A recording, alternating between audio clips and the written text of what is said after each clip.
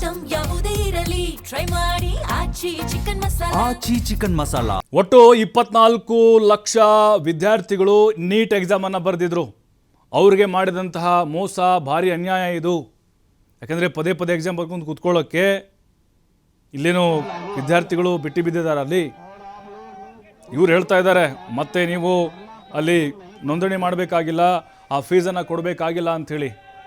ಆದರೆ ಈಗ ಪಾರದರ್ಶಕತೆ, ನಂಬಿಕೆ ಇಲ್ಲ ವಿದ್ಯಾರ್ಥಿಗಳಿಗೆ ಆ ಸಂಸ್ಥೆ ಮೇಲೆ. ಪರೀಕ್ಷೆ ನಡೆಸುವಂತಹ ಕೇಂದ್ರ ಸರ್ಕಾರದ ಅಧೀನದಲ್ಲಿ ಬರುವಂತಹ ಆ ಪರೀಕ್ಷಾ ಸಂಸ್ಥೆ ಮೇಲೆ ನಂಬಿಕೆನೇ ಹೋಗಿಬಿಟ್ಟಿದೆ.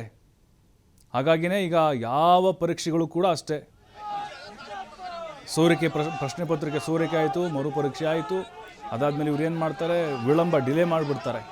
ಇದೆಲ್ಲ ಒಂದು ಕಡೆ ಈ ಸೋರಿಕೆ ಮಾಡುವಂಥವ್ರಿಗೆ ಮತ್ತೆ ಅವ್ರಿಗೆ ಉತ್ತೇಜನ ಕೊಟ್ಟಂಗೆ ಆಗಿಬಿಡುತ್ತೆ. ಕ್ರಮ ಖಂಡಿತವಾಗಲೂ ಕಠಿಣ ಕ್ರಮ ಅಂತರೂ ಆಗಿಲ್ಲ.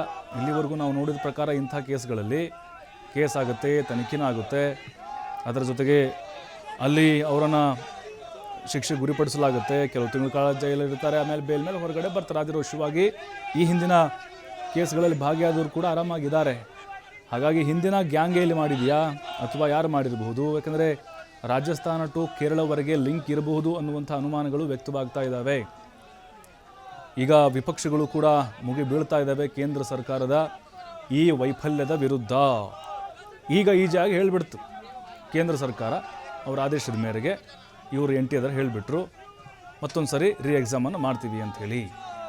ಆದರೆ ನೋಡಿ, ಅಷ್ಟು ಲಕ್ಷ ಖರ್ಚು ಮಾಡಿ ಕೋಚಿಂಗನ್ನು ತೆಗೆದುಕೊಂಡು ಬೇರೆ ಬೇರೆ ಹಳ್ಳಿಗಳಿಂದ ದೆಹಲಿಗೆ, ಬೆಂಗಳೂರಿಗೆ ಬಂದು ಅವರು ತರಬೇತಿ ತೆಗೆದುಕೊಂಡು ಎಕ್ಸಾಮ್ ಬರೆದು ಅದೆಲ್ಲವೂ ಕೂಡ ಈಗ ಎಫರ್ಟ್ ವೇಸ್ಟ್ ಆದಂಗೆ ಆಗಿದೆ.